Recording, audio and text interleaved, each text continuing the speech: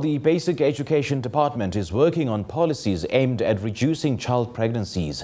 According to a report released by the Stats South Africa last month, more than 34,000 teenagers gave birth last year. 688 of them were younger than 10 years.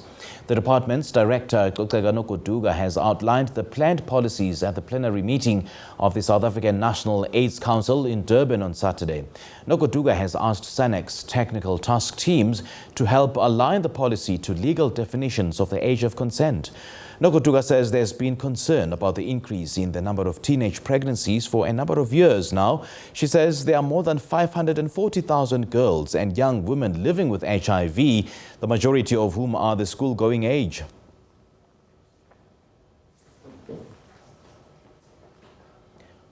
We're now joined via Zoom by the Basic Education Department's Director, Coceka Nogoduka.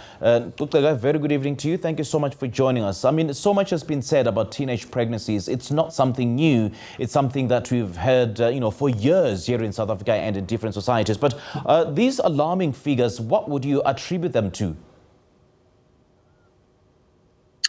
Thank you very much and good evening to your viewers at home. Yes, the concern that we have as a country, these numbers continue to rise every year.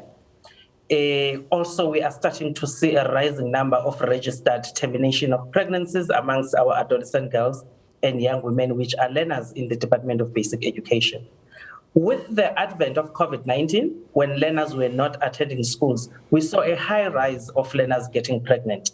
We would attribute it to multiple factors, but we are concerned that most of these learners might be exposed to sexual exploitation and gender-based violence.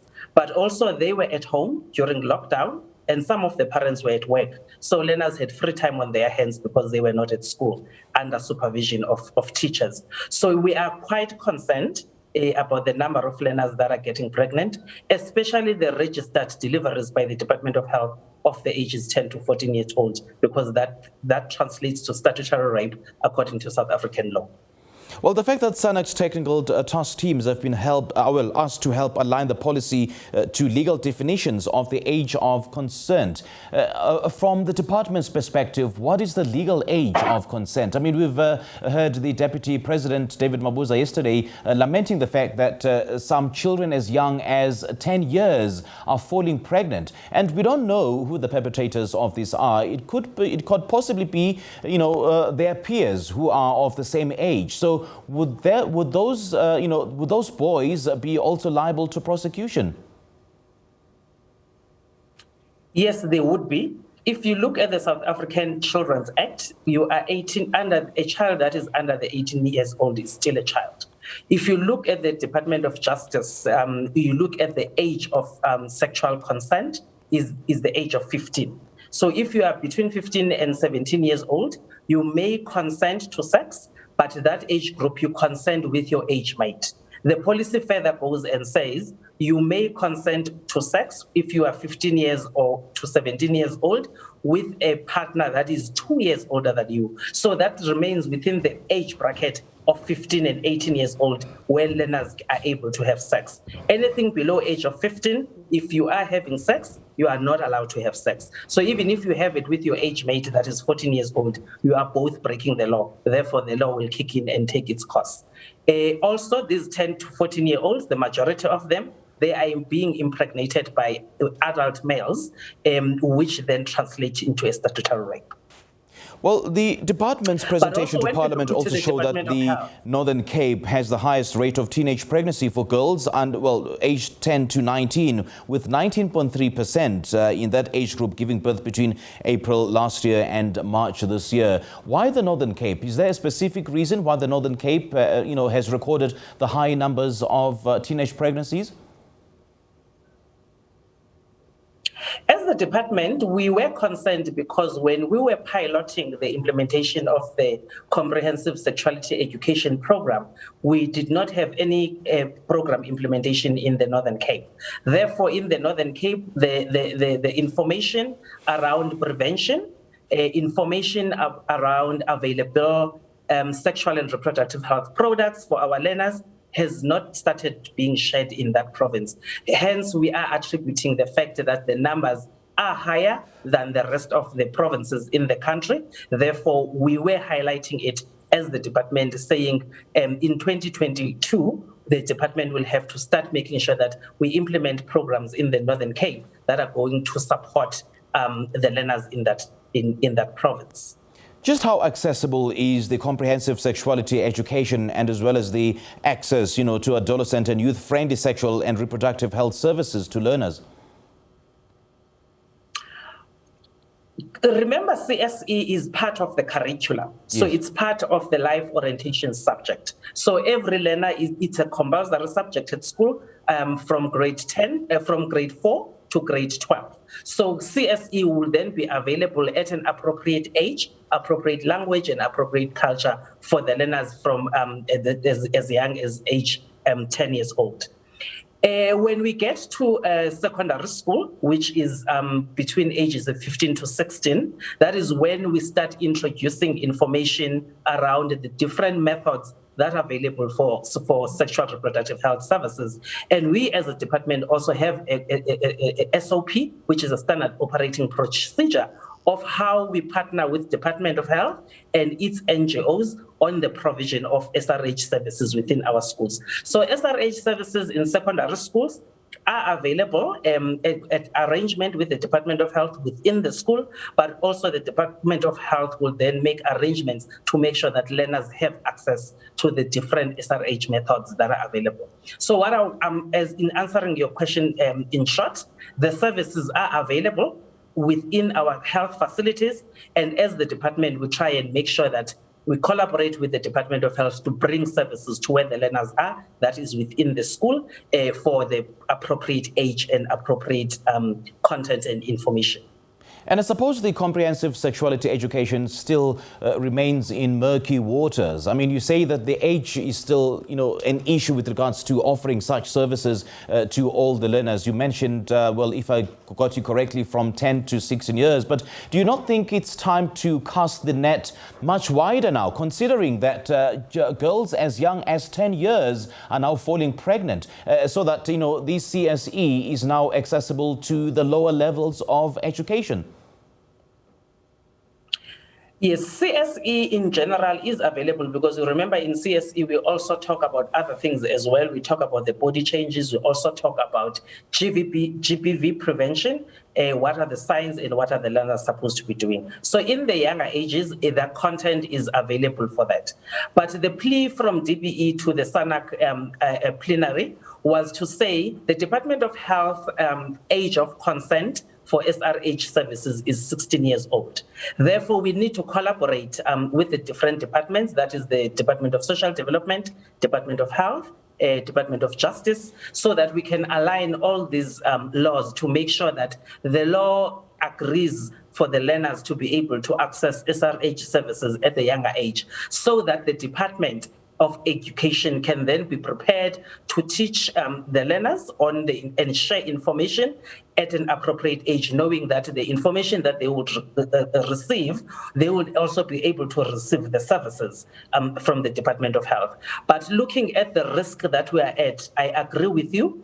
If learners are starting to get pregnant at the age of 10, therefore we need to review the content, but we also need to be working with our stakeholders, which is our organized teacher unions, as well as our parents, so that we can be ready to provide that information and be able to make sure that the learners will be ready also to hear the information that we'll be giving to them at the age of 10. But at the rate we are going as a country, ages of 10 to 14 that are getting pregnant and those numbers increasing annually is something to think about, to say how do we extend our CSE and make sure that the SRH component starts at a much earlier age. And I suppose what also needs to be reviewed, Coceka, is the Department of Basic Education's policy and standpoint with regards to the inclusion or the exclusion of pregnant girls and girls who have given birth. So what's the department's position with regards to those girls? As a department, we've just tabled in front of Cabinet and it was approved what we call the Learner Pregnancy Prevention and Management Policy. In that policy, which will kickstart in January in our schools, In that policy, we have the prevention component, which is the conversation that we've just had now, where the integrated school health program kicks in to provide SRH services to prevent pregnancy. But on the management component, exactly we are tackling that. You would remember, according to the South African Constitution, education is a right. Therefore, we may not be excluding learners that are pregnant. So in the policy, the department is clear on how long the learner can stay at school while pregnant, what is the package of services that the learner needs to receive when they go home in terms of their tutoring for the work that they need to continue doing so that we don't lose them academically, but also put in place a system where that learner will make sure that after delivery, they'll be able to come back to school so that we can prevent the dropout of learners in our schools. So the policy that has just been approved by Cabinet is the policy that are covering the rights of the learners to be able to continue with their education post-delivery of their children when they fall pregnant. Let's talk about the various, cultural nuances when it comes to sexual education to youngsters. I know that so many communities and societies are highly conservative and they find it taboo, especially for, the conservative parents to start engaging in sexual education talks with their teenage daughters and their minor daughters as well. So what's the department's position with regards to encouraging more parents to start engaging with children, especially their daughters, from a younger age with regards to sexual education, with regards to, menstrual issues and all the matters related to that? As you've indicated, it's sexuality education. So it teaches about sexuality. It's not sex education. Yes. The CSE does not teach the science of having sex or the science of sex. Okay. We're teaching sexuality. Sexuality is about your emotions, your body changes, looking at the science of your body, how it changes, giving you information and advice so that you can be confident to say no. Saying no to what? Tabulating issues around sexual exploitation, sexual violence, your body parts. So it's a comprehensive program that teaches you emotionally as well as physically what is it to be a boy or to be a girl, and what is expected. Therefore, when you then talk about the body changes, you talk about the menstruation, then you start introducing the science of getting pregnant, what happens for you to get pregnant, when do you prevent HIV, when do you prevent pregnancy, as well as looking at other issues around what becomes the impact of pregnancy, what becomes the impact of HIV on you as a learner if you get to contract it. It then further on creates demand for these different services, for HIV testing, learner pregnancy prevention, and everything else that a learner would require, including psychosocial support for learners that might be sexually exploited. So it's a broader conversation. It's a baseline conversation that is started in the classroom with the hope that learners, when they go home, they can be able to get into a conversation with their parents. Therefore, the parents still has a role to play in teaching their children about sexuality, but teaching about sex is the responsibility of the parents because we don't teach that at school. Therefore, issues of culture, the learners will come with an age-appropriate information and content, which will kickstart a conversation, leaving an opportunity for a parent to infuse culture, to infuse values of their home into that conversation, therefore grooming the child to be a better person and also how to manage and navigate life. Are schools better capacitated to deal with the various facets of CSE, or the comprehensive sexuality education? I mean, I know that some schools are now offering condoms in the boys' bathrooms, but not much is being said about sanitary pads or sanitary towels for the girls' bathrooms in some of these schools. So are the schools better capacitated to deal with a broader range of CSE? The schools are not capacitated, not all of them, not at the same level as the country. We are phasing in some of these conversations, some of these services, and some of these commodities. Schools are, remember, the school is a place of teaching and learning. That's how we all grew up, knowing that at school, you go into the school, you learn, you go out of the school. But based on the social ills that the country has been going through, we also took a decision as a country to also contribute to the global agenda around care and support for teaching and learning. So we have a framework for care and support for teaching and learning, which touches some of all of the issues that we have touched on. And now we also have COVID-19 that we also need to ensure that our schools adhere to. So it is a road trip and an unfolding program for the department. But we've tried to make strides. You would understand that we've got life orientation teachers. These are teachers that are dedicated to provide this subject. We ensure and strive to ensure that these teachers are capacitated with information, are capacitated with approaches and linkages to other services. In terms of commodities, we partner with relevant government departments. We partner with the Department of Health in the provision of condoms in school, and that is dependent also on the agreement with the school governing body to agree that in a particular school, they would like their learners to access condoms in the school, otherwise they get referred to a health facility. We are working with the Department of Basic Education. They've got a policy around the provision of sanitary dignity packs. We work with all our funders and our donors in schools to ensure that we continue to provide sanitary dignity packs.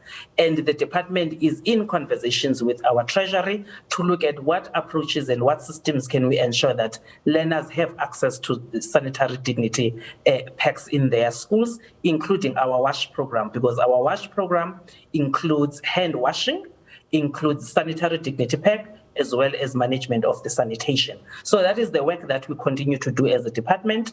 We are striving to do better. We know that we are not reaching all the schools, especially schools in quintile 1 to quintile 3. Now, Coceka, just as a final question, how much has the diversion of the focus, the attention and, the diversion of resources from HIV and AIDS to COVID-19 in the last couple of years had on the issue of, sex education and as well as the awareness of HIV and AIDS, in particular amongst the teenagers, and the fact that teenage pregnancies might in some way or the other lead to HIV and AIDS infection? We have also, as a department, felt the impact of COVID-19 in our budgets that had to be top-sliced to ensure that we've got an efficient and coordinated COVID-19 response. Yeah. HIV and TB response in the country took a backseat.